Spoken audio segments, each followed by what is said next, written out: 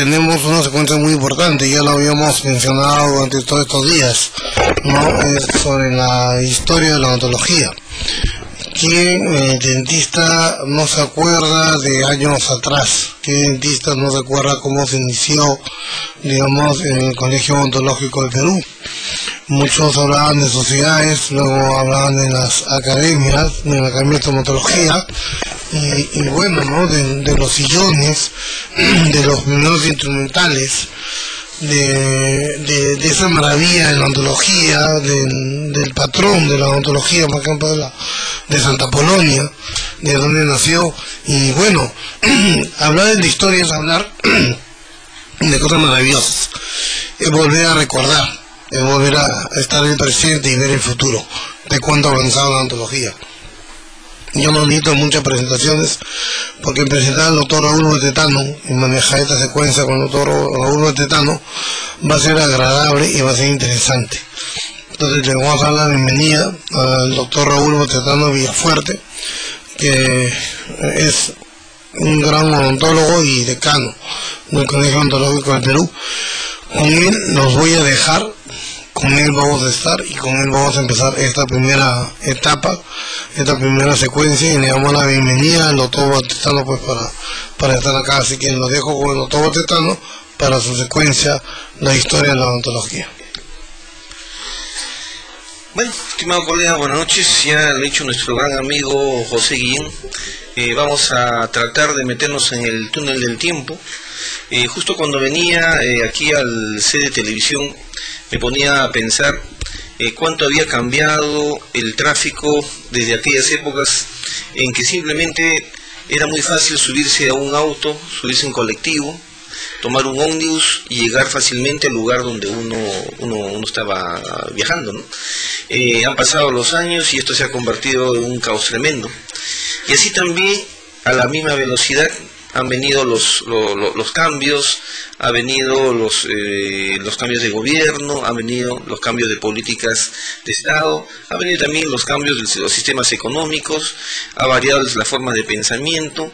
Vimos cómo en el año 1989 caía el muro de Berlín y de pronto veíamos que las cosas no habían cambiado en lo sustantivo, pero en el fondo habían cambiado, algo paradójico. Es decir, muchas de las cosas que creíamos que nunca iba a cambiar terminaron cambiando. Y de pronto nos vimos envueltos en un mundo de globalización, en donde las cosas iban pasando cada vez más rápido, más rápido, más rápido, más rápido, y en donde los jóvenes estudiantes en las universidades, en las facultades de odontología, casi no se detenían a pensar en el importante rol que tenía la universidad. Pensaban entonces en la década de los 90 que ya no se iba a la universidad sino solamente estudiar. Quienes vivimos un poco más antes nos acordamos de aquellas épocas en las que en nuestras aulas universitarias no solamente se formaban grandes profesionales, sino también se formaban grandes líderes de la profesión. Estábamos acostumbrados a ver a nuestras autoridades del Colegio Odontológico del Perú conversar gratamente con diputados, con senadores, discutir los problemas de la odontología casi coloquialmente, y vimos que a lo largo de los años, de las décadas, el mundo fue cambiando hasta llegar a esta época de globalización en donde los instrumentos tecnológicos son tan bonitos, tan grandes, tan supuestamente modernos, y sin embargo nos ponemos a pensar que así como los autos, así como el tráfico, la odontología también ha ido cambiando. Al parecer ha sido muy rápida la velocidad con la que ha ido avanzando, que acaso muchos nos hemos querido olvidar las cosas hermosas de lo que dicen los años maravillosos de la odontología. Aquella época de oro en los años 60, en donde cada dentista salía de la universidad literalmente a trabajar, porque la demanda de pacientes era muchísima. Aquella época en la cual el cirujano dentista, ¿no?, recordarán nuestros queridos odontólogos de antaño, eran conocidos no solamente por la calidad profesional, por su calidad humana, sino también porque eran reconocidos dentro de la sociedad por ser líderes de la sociedad y por quizá tener ciertas comodidades económicas de las cuales ahora ya no disponemos. Entonces esto de conversar sobre la historia y conversar con la historia, ¿no? Porque el título de este espacio es Conversando con la Historia, es precisamente porque queremos aprovechar la presencia de muchas personalidades, de muchos odontólogos que quizá ya colgaron los espejos bucales, ya colgaron sus exploradores, pero que tienen un grato recuerdo y una gran remembranza de aquello que fue la odontología en sus inicios. Si pocos recuerdan, en los años 20, vamos a retroceder un poco nuestro túnel del tiempo, y vamos a llegar a los años 20, en donde un grupo de jóvenes profesionales egresaron de la universidad con una nueva visión. En aquel entonces no había Colegio Odontológico del Perú, ni siquiera se soñaba con que existiera un grupo de profesionales que se reunieran, cada uno odontólogos, médicos, ingenieros, etcétera, y fue dentro de esta década del oncenio de Leguía en que se produce el germen de este Colegio Odontológico del Perú. Si bien es cierto, en la década de los 60, en el año 64 específicamente, se promulga la ley 1551, esta ley que crea el Colegio Odontológico del Perú. Esta ley se fue gestando desde la década de los años 20 y fueron dos los líderes históricos, los odontólogos, desde diversas trincheras, ¿no? Desde diversas perspectivas, buscando el mismo objetivo, quisieron que el Estado reconociera a estos grupos de profesionales, específicamente el Colegio Odontológico del Perú. En ese entonces el doctor Benjamín Basauri y el doctor Guillermo Ruscampos, don Guillermo Ruscampos, 2 veces decano del Colegio Odontológico del Perú, escribieron artículos, participaban de reuniones sociales, reuniones políticas, en las cuales trataban de buscar en la conciencia de los políticos la necesidad de crear un colegio odontológico. En aquel tiempo se pensaba que no solo debía haber un colegio odontológico autónomo como es ahora, sino que había una corriente muy fuerte en la cual se pensaba que era mejor desde ese entonces crear un colegio de todos los profesionales de la salud. Fue así que a lo largo, en el año 1920, se promueve una primera iniciativa legislativa que no da muy buen resultado, que buscaba la creación de un colegio de los dentistas en ese entonces. Ya posteriormente, hacia finales del año 1928, se congregan profesionales de la salud y da otra iniciativa legislativa para crear un colegio de todas las profesiones de la salud, pero el procedimiento se alarga, la discusión se alarga, llega el año 1929, viene el golpe de Estado y finalmente termina nublándose una vez más esta posibilidad, que fue visionaria para el doctor Guillermo Ruscampos, en aquel entonces uno de los principales promotores, propulsores de la creación del Colegio Odontológico del Perú. Y mencionaba también al doctor Benjamín Basauri, ya fallecido, recordamos a su hijo, ¿no? Un gran profesional, el doctor Carlos Basauri, que fue un gran profesor de la Universidad Nacional Mayor de San Marcos y varias universidades, quien tampoco ya no nos acompaña desde hace un par de años. Y sin embargo, y el doctor Basauri, que es desde la tribuna, el diario La Tribuna, de filiación aprista, y el doctor Guillermo Ruscampos desde una visión un poco más hacia el centro de lo que se conocía el centro dentro de la política, cada uno desde su propia óptica buscaba la creación de este colegio. Entonces, no fue sino hasta la década de la década de Odría, a finales de Odría, donde nuevamente se comienza a mover, en la época del primer gobierno de Prado se comienza a mover esta historia. Luego viene la época de Bustamante, se enfría nuevamente el asunto, y cuando parecía que iba a haber otra nueva iniciativa legislativa, viene el ochenio de Leguía, en donde simplemente cualquier iniciativa para congregar, para reunir profesionales era mal visto, ¿no? Posteriormente, ya con el segundo gobierno de Manuel Prado, se da una norma legislativa, una ley específicamente que crea el Colegio de Ingenieros, hasta que en el interín, ¿no? En el interín de la elección para el presidente de la República, en donde se produjo ese famoso golpe de Estado del general Pérez Godoy, Lindley y Pérez Godoy, y en ese lapso en el cual surge una nueva posición política de centro, que fue la coalición Acción Popular Democracia Cristiana, en donde ellos establecen como lineamiento de política la creación de los colegios profesionales. Y la historia va a venir después, va a seguir avanzando hasta que en 1963 se da la iniciativa legislativa para la creación del Colegio Ontológico, que culmina un año y medio después, el 4 de diciembre. Pero a partir de ahí es que para los odontólogos, la mayoría de odontólogos que tenemos la suerte de ejercer esta hermosa profesión, nos pareciera como que es el nacimiento de nuestra profesión. Pero ese lapso entre los años 20 y los años 60 fue vivido por uno de los profesionales, uno de los patricios más ilustres de la odontología, si acaso no el patricio más importante de la odontología y el más ilustre de aquellos que todavía nos acompañan en este derrotero, ¿no? Y es el doctor Guillermo Ruz Campos. Tuvimos la oportunidad de conversar con él en el año 2004, cuando quien habla era decano del Colegio Ontológico de Lima. Conversamos también con él en el año 2009, realmente una lucidez impresionante. Vamos a tener la oportunidad en pocos minutos de presentar en síntesis, porque fue una conversación sumamente larga, nos podemos quedar toda una mañana, todo un día completo, ¿no?, con ese baúl de conocimientos, de recuerdos, de remembranza y sobre todo con ese baúl de grandes valores, ¿no?, que representa el doctor don Guillermo Ruz Campos, 2 veces decano del Colegio Ontológico del Perú.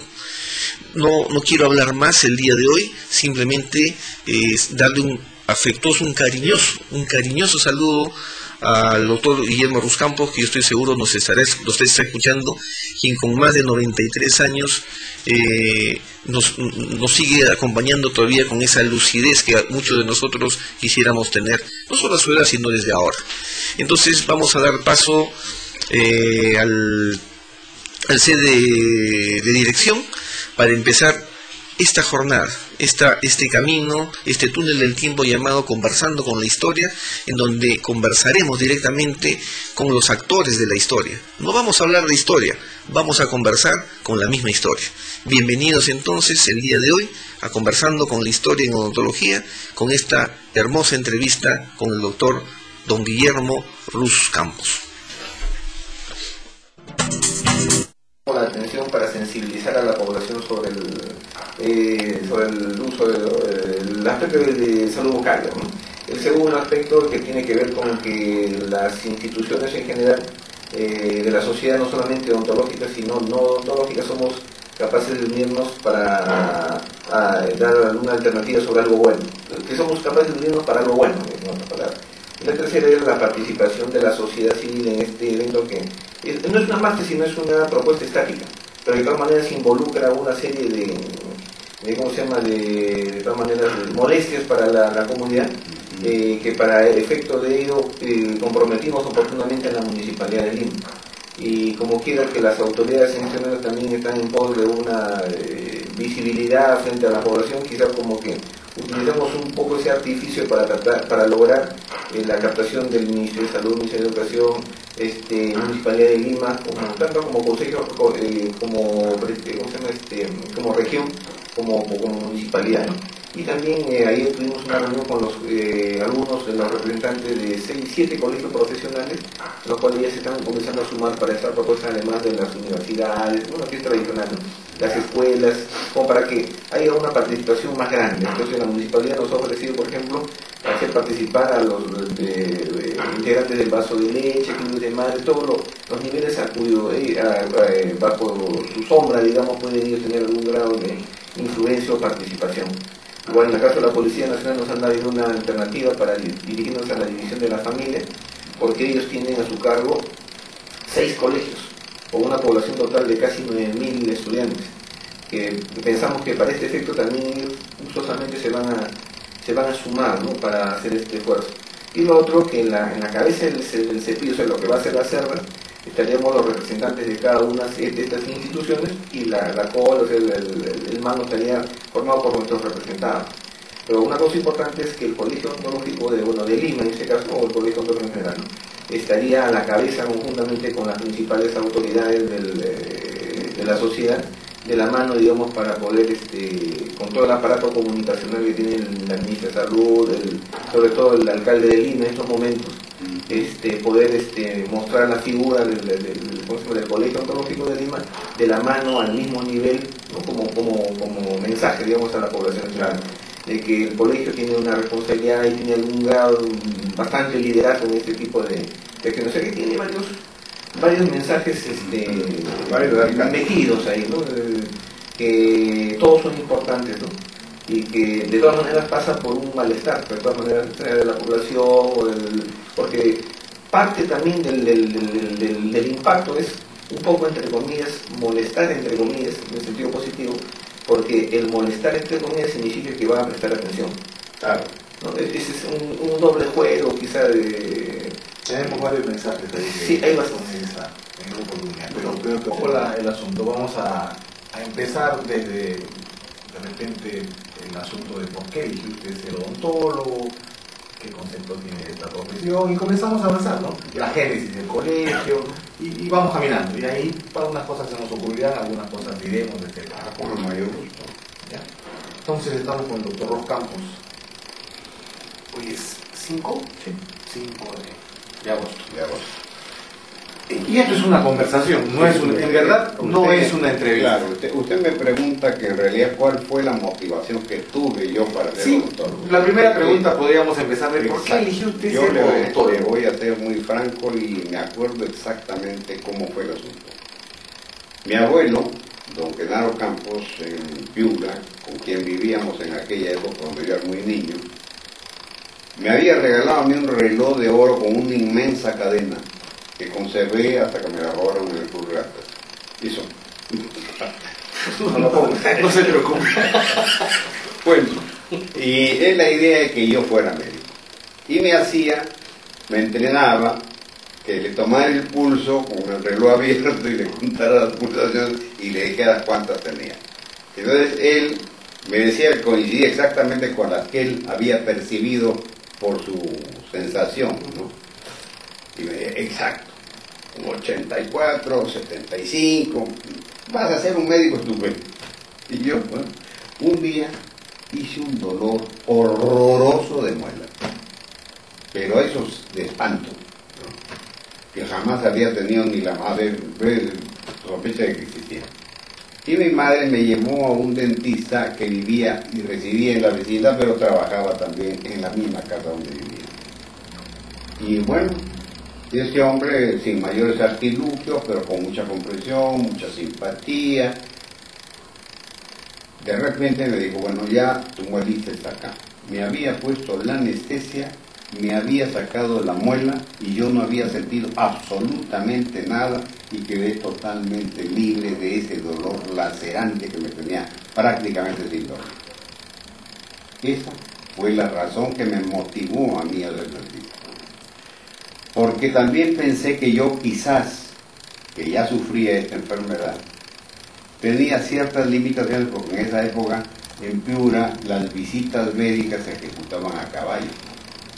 Los médicos bajaban de su caballo, lo amarraban en un poste, entraban a la casa, dispensaban su consulta y después se iban. Entonces yo decía, pues para mí va a ser muy difícil ser médico porque tengo ese problema en la pierna. Y hablé con mi abuelo. Bueno, él al principio se preocupó un poco y me dijo, claro, me encontraría porque yo quería que tú fueras médico. Dije, bueno, pero desgraciadamente pues existe esta dificultad, yo no sé si voy a poder montar caballo cuando sea grande. Bueno, me dijo, haz lo que te parezca. Si te parece que la odontología es buena, que es efectivamente una parte de la medicina que cubre un espacio no solamente suficiente y necesario, sino tan útil, porque yo ya tenía alguna vez, porque me había ido a conversar con este caballero, el dentista, cuyo nombre desgraciadamente no recuerdo. ¿Tenía usted antecedentes en su familia de odontólogos? Nunca, no tenía a nadie. En primer lugar, la odontología en esa época era tan rudimentaria que encontrar lo que encontré yo a título de sorpresa. ¿Estamos hablando de qué años? Más o menos. Estaríamos hablando, mire usted, del año 1923, 24. ¿Ya? La odontología era pues lo más rudimentario, usted se puede imaginar. No había realmente distingo entre el flebótomo peluquero y el dentista. Recién se empezaba en realidad a tener a esto como una profesión, ni siquiera considerada como médica.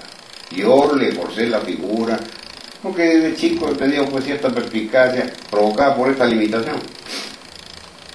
Convencer a mi abuelo, imagínense, de que esto era pues medicina, tan medicina como lo otro, ¿no? Ya le Sí, era bastante, ¿no? Sí, pues. Y entonces esto prosperó.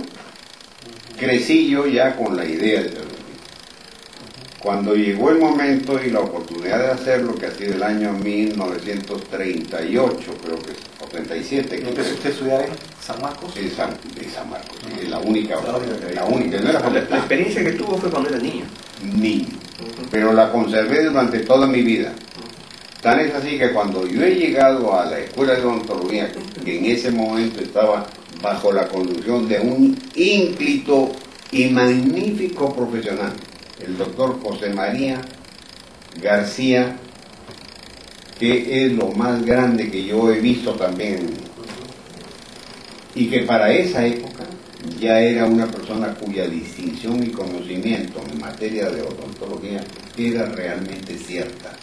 Es de quien yo escuché las más grandes verdades, tanto para la higiene dental diaria o personal, como la referida al ejercicio profesional, ejecutando acciones o intervenciones para aliviar a una persona de dolor o de cualquier otro tipo de molestia. José María García Bedoya, como la repito, era en ese momento el director de la escuela. Duró más o menos hasta el año de 1945, en el que siguió siendo escuela. Y en el año 1946 se inicia una corriente que la tomó con mucha valentía el doctor Pedro Ayón. Pedro Ayón Bocanegra, periodontólogo, que fue un órgano representante de la Federación Dental Internacional durante muchísimos años. ¿Usted ya había salido de la universidad para entonces? Bueno, cuando yo he salido de la universidad, que he salido con grandes dificultades, porque yo he salido después de que se había producido el terremoto del año 1940. Ya. Yo salí del año 1943. Y salí dentro de ciertas dificultades porque hubo un profesional que se negó a tomar un examen. Después de haber tomado 5 exámenes de grado, al mío dijo, no, bueno, mire, yo me retiro porque estamos en una casa precaria, que tiene dificultades, inclusive no solamente de tránsito en la calle, y yo quiero salir temprano a mi casa. Y en esas condiciones he dado mi examen porque Luis Rojas Sáenz, quien fue también en alguna oportunidad persona muy allegada a la facultad, dijo, si el doctor Salazar por capricho se va, yo le tomo el examen al doctor Rojas, que correspondía a procesos. Había ocurrido este problema que se origina en San Marcos. ¿Cómo era el desarrollo de las universidades o de San Marcos o de la odontología en ese momento, académicamente hablando? Bueno, En esos años. muy limitado. Por ejemplo, en el aspecto médico me acuerdo que teníamos aproximadamente un equipo de 5 o de 6 médicos, no estoy absolutamente seguro. Y dentro de ellos solamente había uno, el doctor Alberto Cuba Caparó, que fue la persona que mejor dispensó enseñanza en la materia que era laboratorio de análisis clínicos. Porque todos los demás, la enseñanza pues era horrorosa. Y en la facultad de odontología en aquel entonces, ¿cómo era la parte clínica? Bueno, eso ha tenido pues muchas vicisitudes porque se queda durante un tiempo en Zárate, que fue el origen de lo que yo les estoy hablando, porque también hubo toda una serie de aventuras, estuvo por todas partes. Pero la que ya inicia una etapa más seria, que es la que conduce García Bedoya, es en Zárate. Ahí se queda un tiempo como facultad y el año 1945, con el cambio que se produce en la universidad, y se cambió el rector, y se cambiaron decanos y todo, ¿no? Sale el doctor García Bedoya y entra el doctor Augusto Taima. Augusto Taima, conocido sí, claro, ortodoncista. Y entonces él inicia una serie de modificaciones, también tiene la gentileza de llamarle, pero yo estaba empeñado en lo que había recogido de un volante de un arquitecto argentino, el arquitecto Gabriel del Mazo, que había propuesto en lo que se llamó la Revolución de Córdoba, la reforma. La reforma pues era total, ¿no? Y se buscaba sobre todo que la universidad conservara siempre un nivel, un dintel, una expresión de cultura permanente. Y las exigencias había que entrar a la facultad por concurso de oposición. Entonces, a todos los que me invitaron, no vayan a hacer un concurso por oposición, yo les agradezco infinitamente. Voy a dispensar la enseñanza a través de la cátedra del doctor Eduardo Ávila Pardo durante 14 años, pero sin percibir absolutamente un estipendio.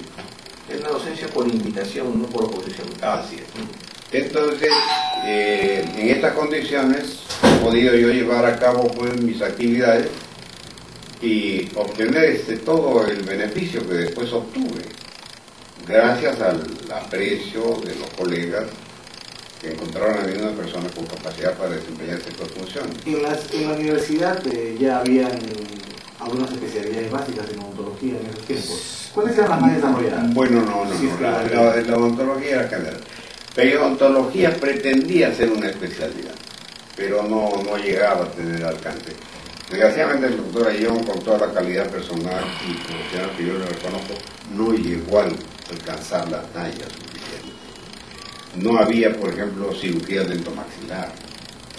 La cirugía dentomaxilar se practicaba en un hospital, no en la facultad. Y cuando hemos tenido congresos en los cuales venían profesionales del exterior, en ese momento a cargo del doctor Felipe Plaza estaba el curso de cirugía dentomaxilar y maxilofacial, pero solamente hacía la dentomaxilar. Y entonces intervenía en la demostración clínica y quirúrgica el doctor Felipe Plaza. Pero excepcionalmente todo se hacía en el Hospital 2 de Mayo. Todo era en el Hospital 2 de Mayo. Así que ahí destacaban a 2 alumnos a título de espectadores porque no se les consentía que estudiaran la mano de hablar. Así transcurre pues esta etapa de la odontología en la que desgraciadamente todavía no había acreditado su posición profesionalmente, no era, digamos, apreciada la odontología en términos sociales, comunitarios. Por ejemplo, cuando algún odontólogo que los hubo decía, quiero hablar por ejemplo de José Sayanjar, que fue uno de los secretarios generales de la Asociación Odontológica, y con quien se trabajó muy buenas cosas. Era un hombre que tenía... Sociedad Odontológica. La Asociación Odontológica. Asociación Odontológica. Esa ha sido la madre de todo lo que ha ocurrido. Pues. Doctor, una pregunta. ¿Y en qué momento comienza a flotar la idea, a aparecer la idea de los colegios o de los colegios profesionales? Porque es una corriente que viene de otros países. De otros países. Solamente existía aquí el Colegio de Abogados de Lima. Pero ese es centenario, porque eso viene desde la época de la reina, ¿no? Y después no había ningún otro colegio. Después se genera una tentativa por parte del grupo de los ingenieros de la Sociedad Peruana de Ingeniería por constituir un colegio, pero no llega a tener tampoco un arribo. Y en el caso de los odontólogos, la iniciativa empieza el año 1945 con la fundación de la Asociación Odontológica del Perú, en la cual en sus estatutos se dispensan todas las orientaciones que debían producirse a título de líneas de acción para alcanzar el Colegio Odontológico del Perú. ¿Quiénes conformaban este grupo que organizó esta...? Ese grupo lo conformábamos el que suscribe el doctor Eduardo Salas Neri, el doctor Rómulo Hernández, Raúl Vidurrizaga, Antonio Vallejo de Montenegro, y quizás me olvido. Sí, bueno. No tengo tan presente, ¿no? Antonio, Pero sí se lo puedo completar. ¿por qué, digamos, nace la idea de formar una asociación ontológica para después pensar en un colegio ontológico y de pronto no plantear directamente la otra posibilidad? Porque era imposible pretender, en ese momento, por ejemplo, los gobiernos estaban tan distantes de todo lo que significaba el profesionalismo que les concedían la mínima importancia. Es la época de Bustamante. No, Bustamante. Bueno, Bustamante fue una persona que sí se abrió mucho, pero desgraciadamente con quien tuvimos una primera reunión fue con él. Y él fue muy, ¿cómo le diré? Pues estaba muy adaptado y abierto a aceptar, sí. Y nos dijo que era una magnífica idea y de que era la única forma de que los gremios se consolidaran a través de actividades que les fueran propias, porque el país necesitaba instituciones. ¿De acuerdo? El Palacio de Gobierno, pero la Cámara era otra cosa. Claro, históricamente fue un Sí. salón de la piedra en el zapato. Una cosa tremenda. Todo era obstáculos, todo era no. Y entonces, como todavía no existía la disposición que le prohibía al Congreso adoptar medidas que afectaran la economía nacional, dispensaban una serie de proyectos y se los mandaban a la firma, él los devolvía, se los volvían a ver, era un laberinto, dice el país. Pero fue la época en la que sí hubo un despertar. ¿Y cuáles fueron los primeros objetivos de esta asociación antes de entrar? Agruparnos en la asociación como preludio a lo que sería el colegio. Es más, O sea, me estás diciendo que ya tenían la idea del colegio, claro, solo que para efectos de circunstancias históricas prácticos, era lo que podíamos formar Ya, como iniciativa. Políticamente era la mejor forma de alcanzar el logro del colegio. Así es, efectivamente. Porque el colegio no nos lo iban a dar jamás. Entre las discusiones del Ejecutivo con el Parlamento no iba a haber nunca. Y eso siguió produciéndose a título de un establecimiento que no tenía por qué existir, con todo lo que siguió. Tengo entendido que el primer local de la asociación era En Mariano Carranza. No, que no fue en Pizarro, en la Plaza Pizarro. Ah, sí, en la Plaza Pizarro teníamos, en el quinto piso teníamos arrendado un departamento. Ajá, ahí empezó, digamos, Ahí empezó. comenzó a germinar. Ahí empezó a germinar, exactamente, sí. ¿Cómo eran esos años? ¿Qué hacían? ¿Qué actividades hacían? Bueno, se trabajaba pues, permanentemente, mandábamos artículos a los periódicos, veníamos a tesis de la institucionalidad, esto de que el Perú pues es carente de instituciones. Yo por eso sigo con mucha simpatía de política, doctor, porque es la única forma de llegar a cimentar lo que necesita este país, pero como exigencia perentoria, casi vital, diría yo. Este país se nos va de las manos. Por eso es que yo era contrario a ese desfile y le había confiado al señor Carrera. Todas estas cosas que están ocurriendo, por ejemplo, en el norte del Perú, en Huancabamba, en Ayabaca, son infiltraciones que nos vienen dadas de Venezuela. No tenga usted la menor duda. Son gente que, mire, Venezuela es multimillonaria. Ahora tiene la iniciativa, por ejemplo, de un ejército permanente de 100.000 elementos permanentes de ejército, digamos, ¿no? Que serían los que enfrentarían la supuesta invasión, no sé qué le ha dado esto porque lo van a invadir.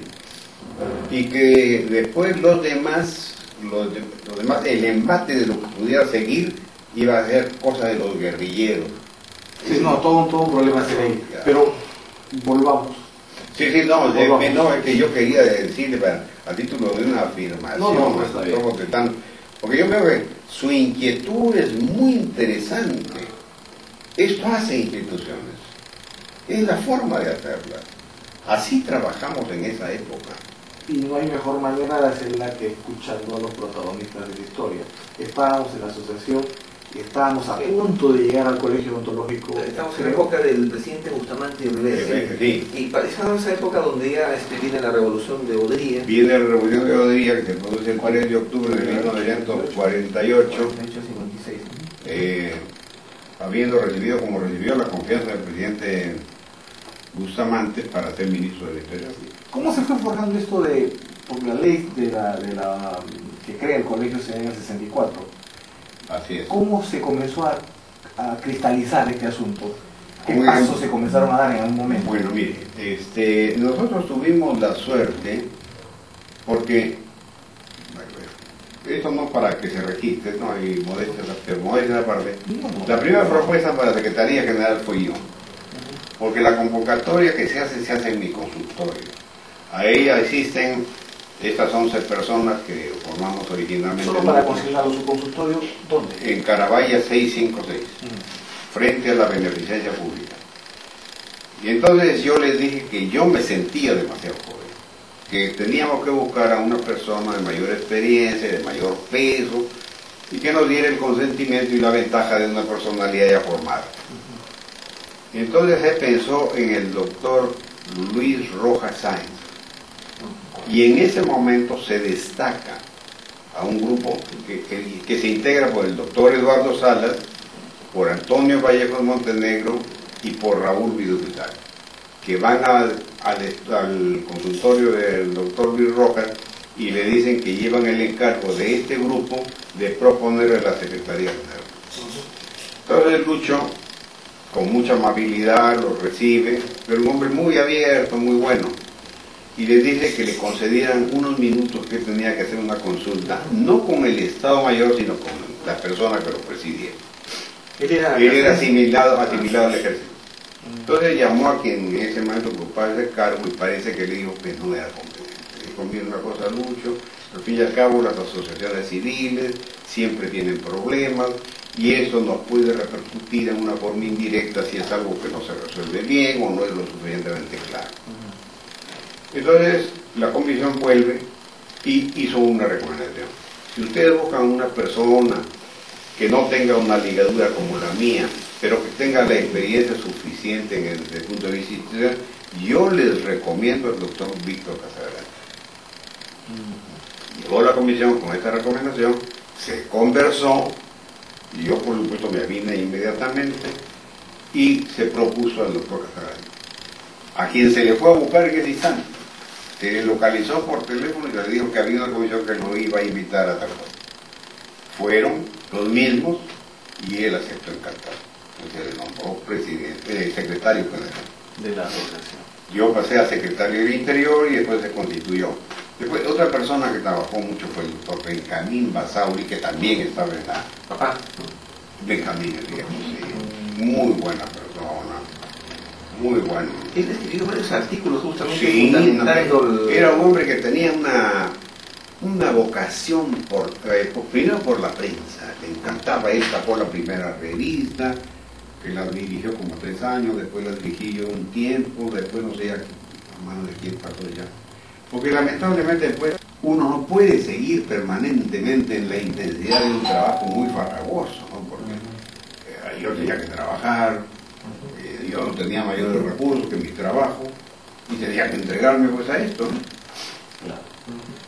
Pero de lo que sí les puedo decir, que no es para que se anote, ¿no? Pero para que se reconozca el mérito de estas instituciones, de las instituciones, es lo que era la odontología. La odontología no era nada. No éramos, oiga usted, ni la quinta rueda del coche. Y a eso viene esa pequeña anécdota, contándoles la anécdota de este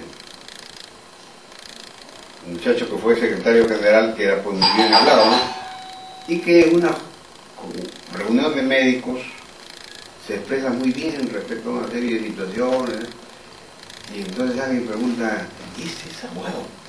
No, señor dentista. Oh, caramba, no creía. Ese fue todo el comentario. ¿Por quién era el comentario?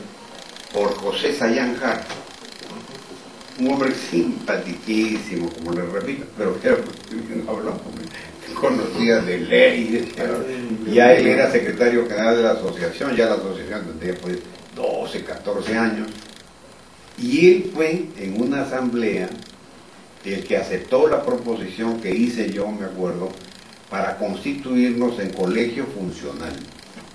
Asociación Odontológica de Perú, colegio funcional. Para afrentar al gobierno en su ineptitud de no aceptar, de no consentir la formación de instituciones.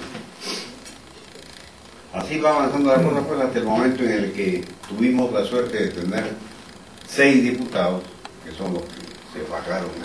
Y de ahí se aprovechó con el colegio médico, que tanto nos disminuye y nos mira de menos. Se aprovecharon de eso para hacer colegio. Quiere decir que 64 fueron los diputados y senadores que estuvieron en el primer gobierno de la UNE. Sí. ¿Recuerda qué nombre, qué colegas eran? Bueno. Estaba el piurano, mi gran Adu también, que trabajó conmigo mucho.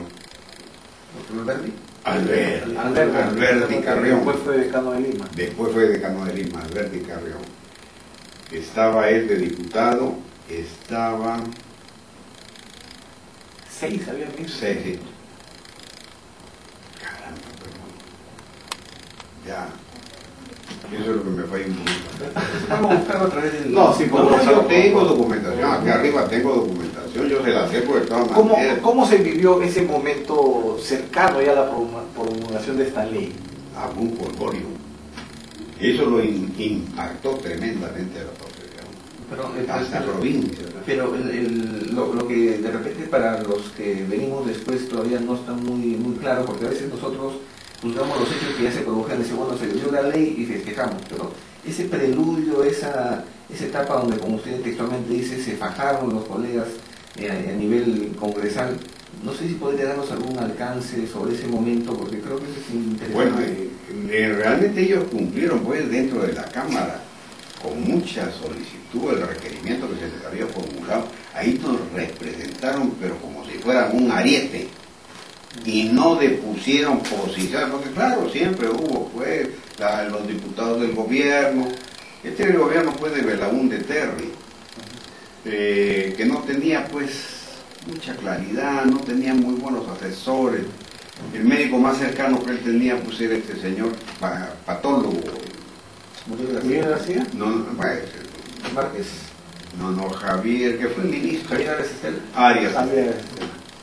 Y él le decía, no conviene, porque es como armar sindicato. Yo sé que la expresión la tuvo en Palacio. Eso es como armar sindicato. Y entonces él empezó a retener la ley. Y entonces estos presionaron tanto, Ampuero Ollarse. Uno de los Wow. Él fue el que emplazó a Luis Alberto Sánchez y le dijo, esta recomendación tiene ya tanto tiempo. Él era pues presidente de la Cámara, ¿no? Del Senado, pero presidía la Cámara. Y entonces dijo, ya tiene tanto tiempo y es necesario que reclamemos. Entonces Luis Alberto, en un acto muy valiente, le dice, bueno, no le vamos a reclamar nada, la promulgo yo. Y la promulgó. Eso es interesante porque significa de que porque el texto de la ley dice que la ley fue promulgada en el gobierno del presidente, el arquitecto de la UNT, pero según... Es cierto, pues, es que se termina promulgándola. Pues. Cuando, por ejemplo, si la insistencia de la Cámara es... No, pero creo que el presidente de la Cámara no era Luis Alberto Sánchez, era Ramiro Priale, que es el que firma esa ley. Quien firma la remisión es Luis Alberto. Así es, ¿no? No, Ramiro Priale también, no sé, no. Pero figura que la ley de Ramiro Priale, pero no. Sí. Como secretario, pero sí, yo he visto ese nombre más que... Secretario de la Cámara, quizás. Sí, claro. El presidente era Luis Alberto Sánchez. Si Luis Alberto es el que le responde a Ampuero y Arce y le dice, no, nada de reclamos, yo aquí la promulgo. Pero va promulgada y entonces no te queda más remedio que republicarla. Ahora, se aprueba en Cámara de Diputados, se aprueba en Cámara de Senadores por mayoría amplia, mayoría estrecha. Fue una cosa discutible, claro que es una cuestión de detalle, ¿no? Pero se peleó bastante, hubo mucho ajetreo entre los curules. Y Quizá porque fue la primera ley de creación de los colegios profesionales. Es que había miedo porque decían, había gente que señalaba, pues, se van a hacer, esto es un sindicato. Por eso es que antepone que no haya nada gremial. Claro, se pone lo esterilizan. Claro, que es la razón por la que conservamos nosotros la asociación. Claro, la asociación tenía las dos La funciones. asociación queda con un vocal que era integrado del consejo. Entonces, si había algún problema, salía la asociación y la refrendaba o la recomendaba el colegio. Por eso que yo después, cuando nombraron esa federación bendita, pues con la asociación Se va a crear la Federación Ontológica. Claro, eso fue una necedad.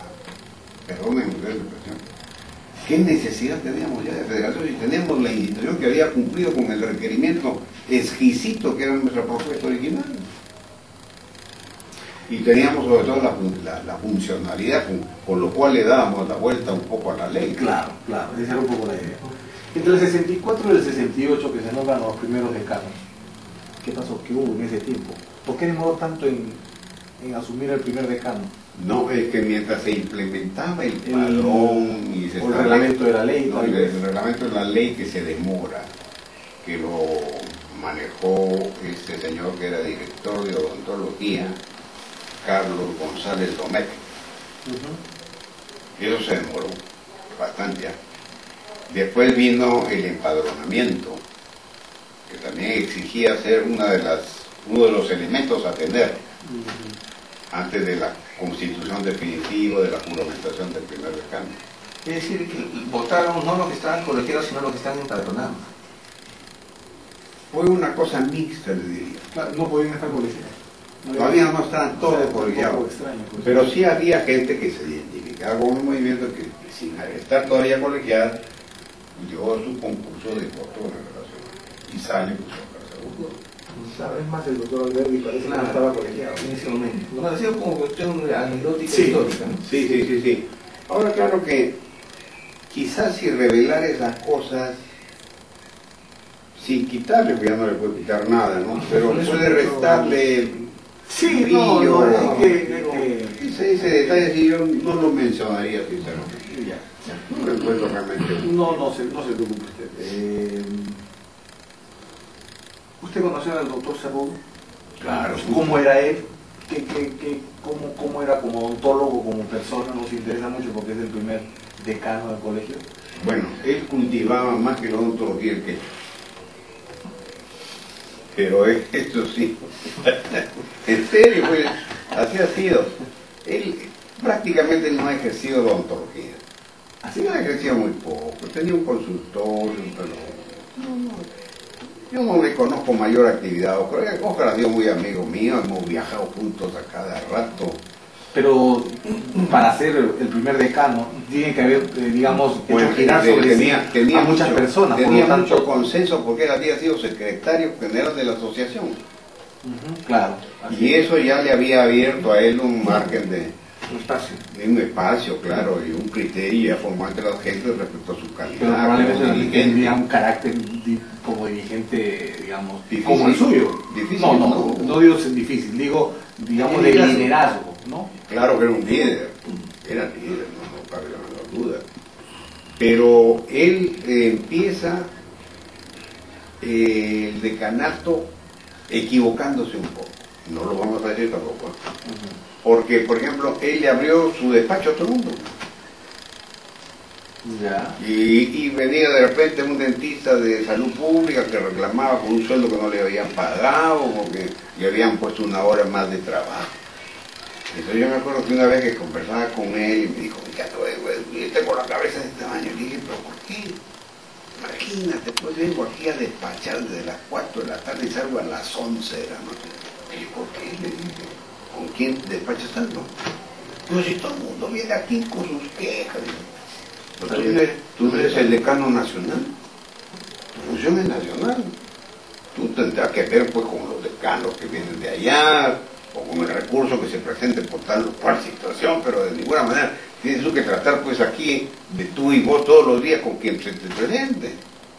Oye, no, pero es que la gente se puede resentir, que se resienta, porque les dije, ¿qué vamos a hacer? Y entonces ya empezó a cambiar. Cuando yo llegué todavía quedaba pues ese rezago, entonces ni hablar. Su asunto es del Colegio Departamental de Tierra. Busque usted al decano, en esa época era Arturo Ingunza. Él era de policía, actividad de policía.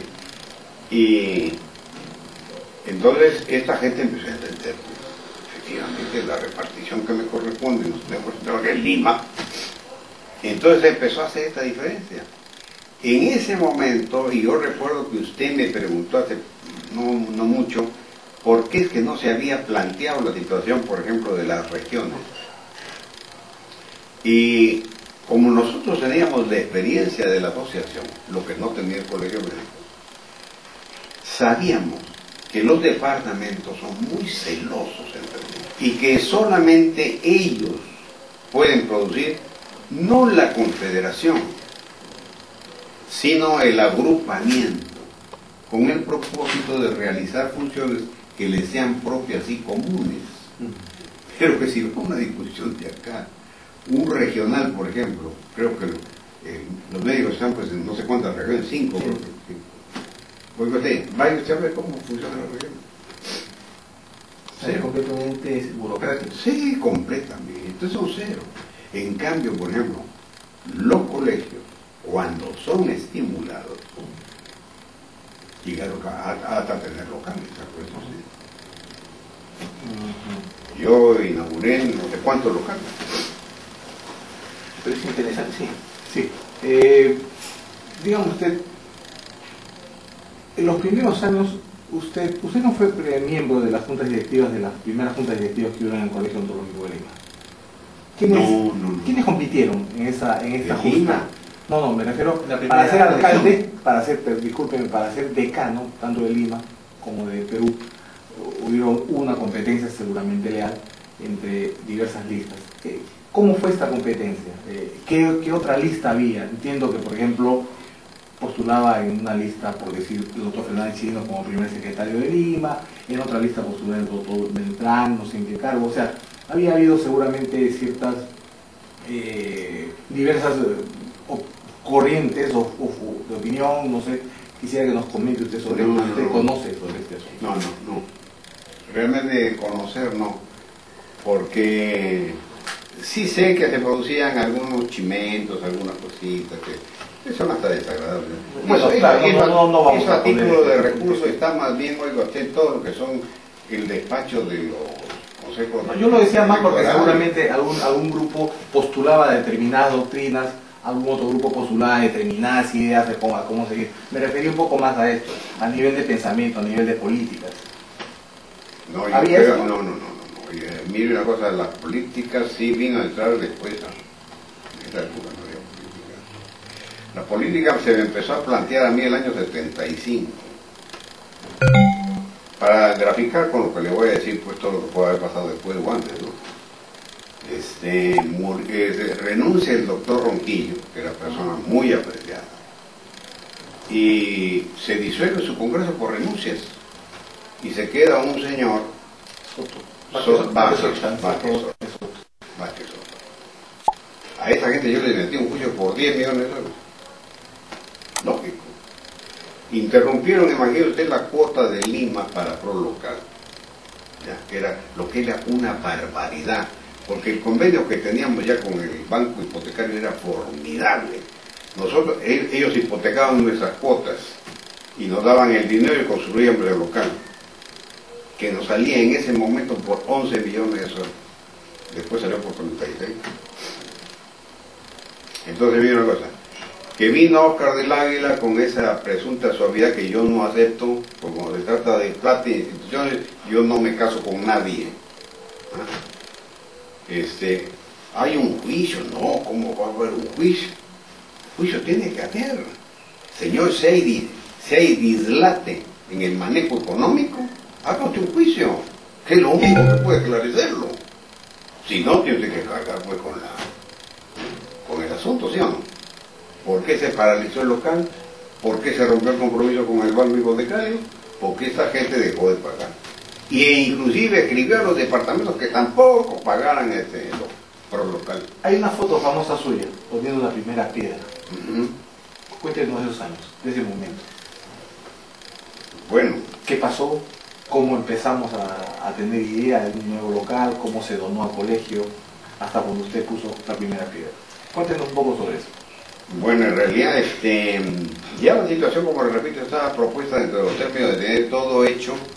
Teníamos no solamente la parte que correspondía, por ejemplo, a la infraestructura y a la distribución de ambientes, teníamos prácticamente todo, inclusive los cálculos, que los hizo, recuerdo, un ingeniero, Antonio Babestrero, que era el más distinguido calculista del Colegio de Ingenieros. ¿Eso antes de la donación del terreno? ¿O ya cuando...? Ya con la donación, pues ya ¿No fueron ingenieros Levi, Salomón Levi? No, él fue el ejecutor.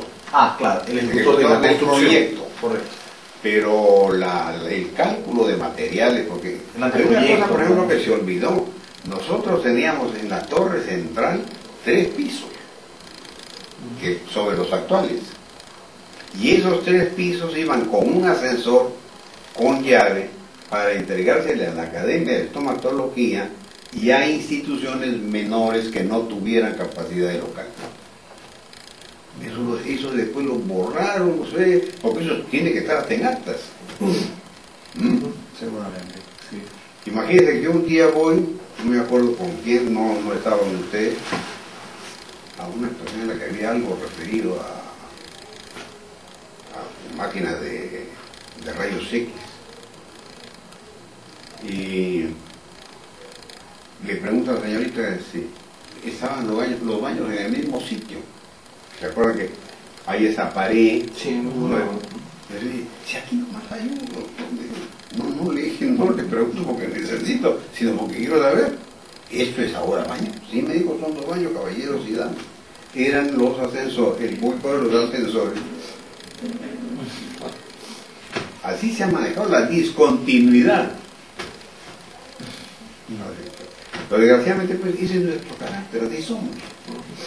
No tenemos remedio, por mucho que nos empeñemos en cambiar, pero de todas maneras no hay que cesar en el esfuerzo, porque el cambio es necesario. El cambio es absolutamente necesario. Claro. Usted habló hace un momento acerca de que el doctor despachaba Sí, pues. todo aquel problema que viniera, y esos son los gérmenes de los, digamos, desencuentros históricos que ha habido normalmente pues, entre el COP y el COP. Lógicamente. ¿Cómo usted ha vivido estos desencuentros? ¿Cómo lo ve? Ya le digo, tanto que tuve ese problema, a Ronquillo le hicieron la vida imposible con el propósito de hacerlo renunciar. Él, desgraciadamente, un hombre muy señor, muy caballero, que quería trabajar muy honestamente, se ocupa. Y sin hablar conmigo, renuncia.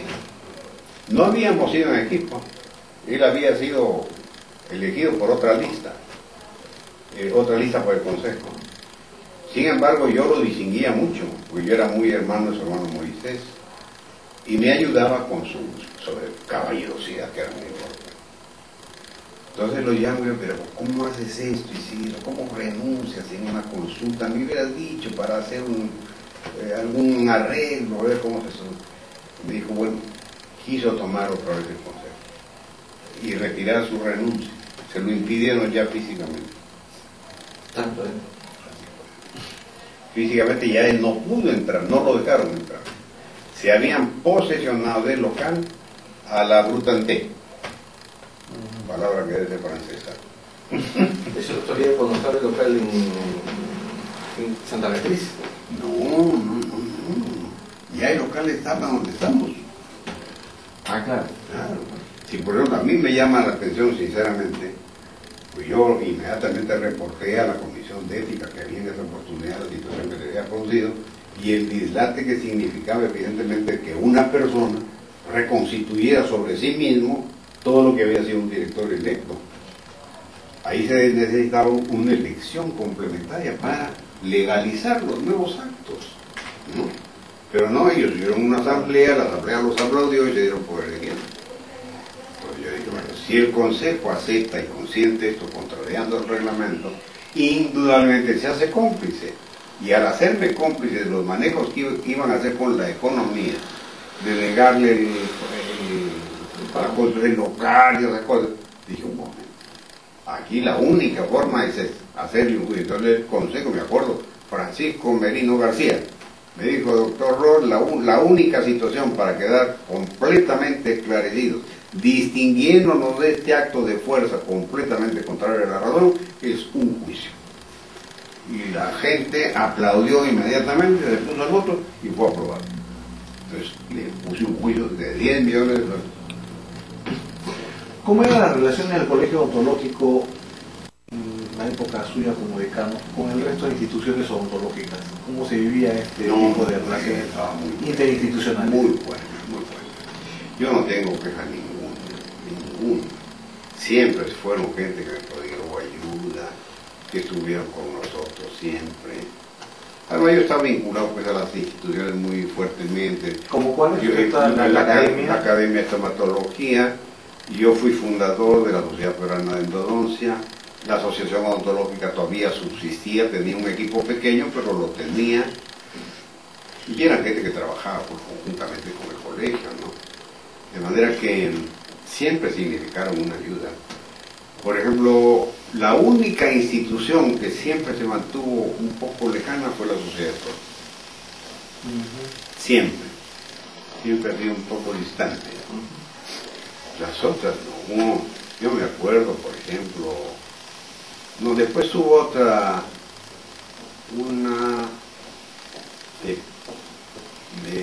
ortopedia maquilares. Ah, ya, el Ateneo. Esa sí también siempre se marginó, hacía la cosa por su cuenta. Después, ¿qué otro? Ninguna, toda la demás ya, odontopediatría, cirugía, todo funcionaba. Un tiempo creo que se comentaba de que las sociedades habían nacido, digamos, no sé si o sea, espontáneamente. Sí, como esporas, demasiadas. ¿Eso es correcto? Bueno, sí. Por ejemplo, en el caso de ortopedia se produjo eso, en el caso de cirugía también. En el caso de cirugía hemos llegado a tener hasta 4 sociedades de cirugía. Claro. Es algo que no se ha podido regular. No, pues la gente no se avenía, pero desgraciadamente pues facultad no tenía colegio para intervenir en eso, sino interponer, digamos, buenas razones, buenos propósitos de acercamiento, miren ustedes, esto no es conveniente, pero nada más. Y hable usted entonces ahora de las relaciones entre el colegio, en su experiencia del colegio odontológico y las universidades, o sea, con el lado académico de la profesión odontológica. Bueno, ¿Cómo se ha manejado esto? Hasta el momento que yo estuve, prácticamente solamente existía San Marcos. Esta multiplicación brutal de universidades ha sido después.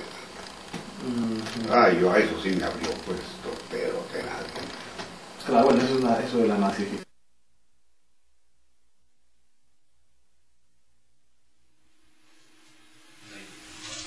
Y bueno, visitar a la casa del doctor Guillermo Ruscampos ha sido una experiencia gratificante. La próxima semana estaremos a la misma hora, 7 de la noche, día martes, y conversaremos con nuestro gran amigo, el doctor Carlos Álvarez Ponce de León.